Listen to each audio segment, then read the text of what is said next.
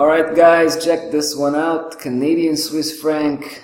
This is a new one. I've just pulled the trigger for a second bearish campaign. We just had previously we had a bearish campaign. It was pretty successful. It started when we noticed that head and shoulders pattern. Remember that? We saw that head and shoulders pattern, we took action, and we used that particular level, 73.30, as a secondary target. So the game plan was actually to take this one even lower than that. But when I saw the reaction we had here of price failing to break through and starting to pull back, I decided to close the position completely, and we took a nice profit. But right now I think we can make yet another round of the downside. Hopefully will be much more profitable, because price went up, it went up a lot.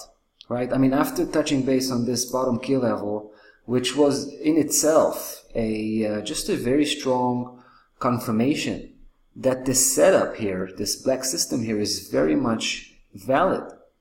So, and the fact that it went straight to the mid-low key level and touched base nicely, failing to break through, was also enhancing that feeling that I had. However, right now you can see how high price went. What it did, it just generated the third leg. Take a look. After the second leg took the previous low, the third leg did the same on the other side and took the previous high. So this is this is pretty powerful. This is pretty ideal kind of setup. It almost reached the top key level of 77.43 here. Now, what it did, well, I will throw in another, interesting technical element here. So on the very top, when it just took the previous high, you can see these two bars, right? Now this is what we call a Japanese candlestick bearish reversal pattern that goes by the name of harami. So this is, just another element. I think it's pretty useful in terms of try to time this particular bearish position. So I decided to take up on that, and I established the first portion of a bearish position on the Canadian versus Swiss franc.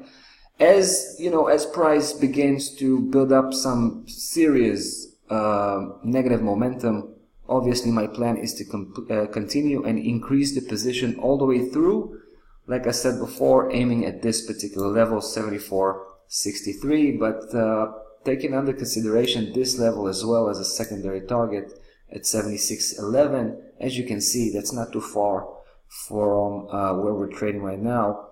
Stop loss level I have placed at 78, should be distant enough from price action, so we'll see how that goes. And there you go, Canadian versus the Swiss franc here, bearish outlook. I'll follow up and I'll keep you posted. As always, see you tomorrow.